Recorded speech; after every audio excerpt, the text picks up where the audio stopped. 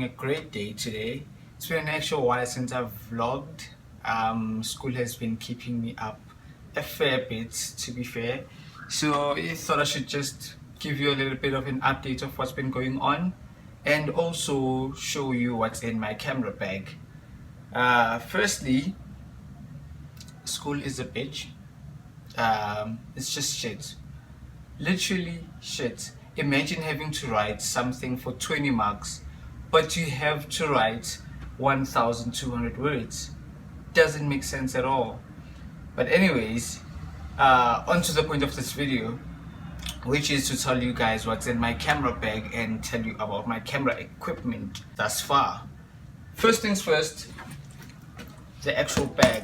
So this is a BOA bag, which is actually made for cameras. It has like apartments here inside where you can like separate and put different things in different slots. So it's a pretty good bag. It is very light, of course, as you expect it to be, but what I like about it is that it's waterproof, and it also has like this thick lining inside, which means if you accidentally like drop the bag, you're not gonna damage your cameras and lenses. So yeah, it is a pretty good bag for now. And then on the side it has like this strap, which straps on your tripod if you have a tripod, and it has a little compartment on the side as well, so which is pretty cool, pretty useful. I can't really complain too much about it. So far it's been working me a treat. So second thing that's in my camera bag, what is my second thing that's in my camera bag? Oh yeah, second thing, it's this guy. So this is my Fujifilm. It's a digital camera. It's a bridge camera actually, because it has this super long lens. So I can't really remove the lens, it's built in here, but it is a very cool camera. It was actually, it's not my first, it's not my second, I think my third camera. Like, yeah, it is my third camera. It is a pretty good lens. It is an HS10, has 10 megapixels, so it's a very good beginner camera. I like how like you can flip the screen, you know, if you want to do landscape or if you want to take from the top down. So it is a very cool camera. It has a 24 to 720mm lens. It is pretty good, but when you get to the 720, it lacks a bit of sharpness.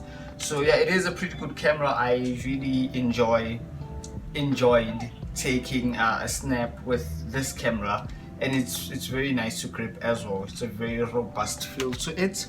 So yeah, I'm really thinking of selling the camera because it's just sitting there in my bag. I no longer use it as much mainly because I have this guy here. So this is a 55 to 250mm Canon lens, which I got for like a good deal. So it has an aperture of f4, and it's fairly sharp. So far I love the picture that I took with this lens. I love the picture that I took with this lens so far. So it is a very sharp picture, especially on 55mm and 70mm. On 250, I can't really use 250 on portraits, so I haven't tried to actually take pictures on 250mm, but it is an actual good investment. I am really pleased with myself. Another lens that I have, which was my standard lens, it is a 18 to 55mm.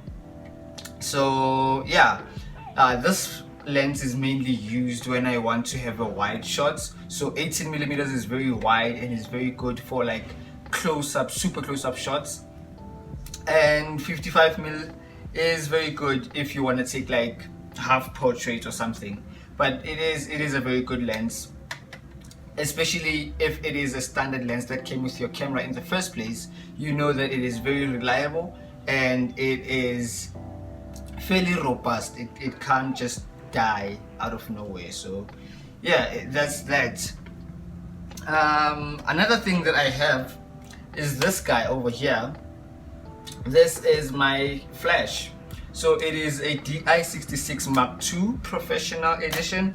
So it is a very good flash. I haven't really tried to use it in night, like super dark lighting yet, but I am really hoping I'll get to use it actually tonight. I think I'm going to go out with some mates and we're going to have a bit of fun with the photos and whatnot. And I like how this is for Canon specifically, so it can properly communicate with your camera and you can set the settings on your camera instead of here every single time you want to change settings. So it is a very good feature that it is from Canon. And then onto the main part, which is this guy. I use a Canon Rebel Sl1 or a 100D for, I don't know why they call it the 100D, but it's another name for another, but it is the 100D, which is the Canon Rebel Sl1. It has 18 megapixels and it can capture 30 frames per second. Yeah, I was right. It is a very good camera. So far I'm just in love with it since I've got it like a year ago. I've been enjoying every single bit about having this camera. The one thing that I don't like is the fact that it is such a small battery. So I am able to last like half a day, but I have to get like other batteries to like sort of bring with me if I go onto photo shoots. But other than that, it is a very good camera body. Another thing that I bring with me is my SD card, which is 64 gigabytes, which is very small if you're taking raw images, by the way.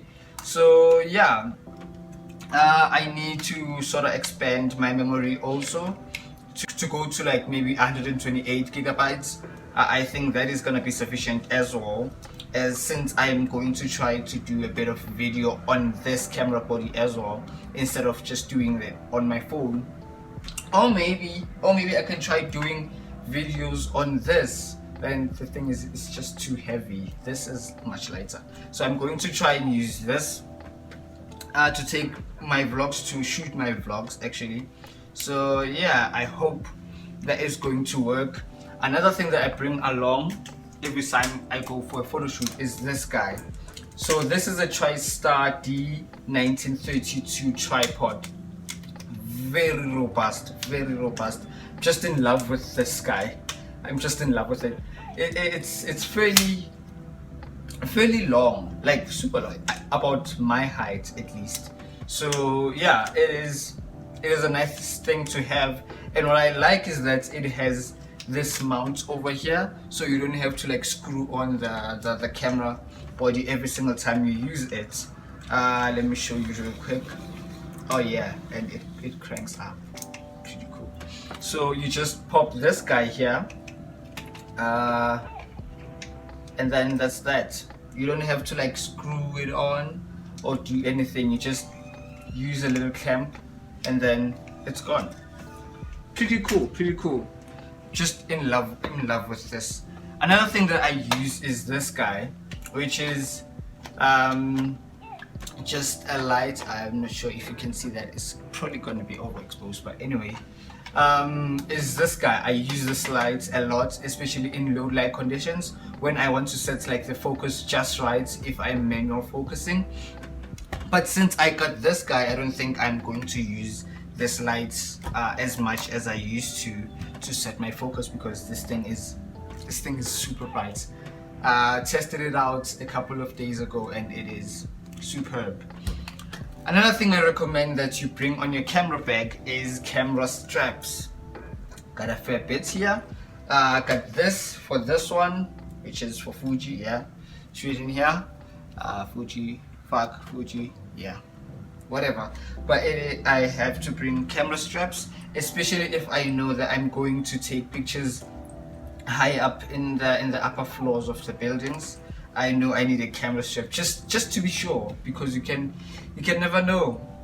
Someone could like bump into you and give you a heart attack, or you can just see someone as ugly as your neighbor's dog that's pooped in your garden once, but then we're not there. Anyways, it's good to bring a proper camera strap. This is the original camera strap from Canon, which is fairly robust, but it is sometimes uncomfortable around the neck. Hence, I use my camera like this, and having it dangling like all day here is not the best of things. So another thing that I bring on my camera bag is this tripod, the smaller tripod that is holding my camera right now. So yeah, it is very small compared to this one. It is like fully extended out. It's sort of like this tall. It's not very tall compared to this one. So it also was my first tripod to ever invest in, but it was flimsy, and yeah, this one is a bit more robust than that one. So it is also a good tripod to begin with. So yeah, I think that is that for this video. If you have any questions regarding my camera equipment, you can leave it in the comments down below. If you like the video, smash the like button and consider subscribing. Yeah, that's also up to you, and I'll see you next time.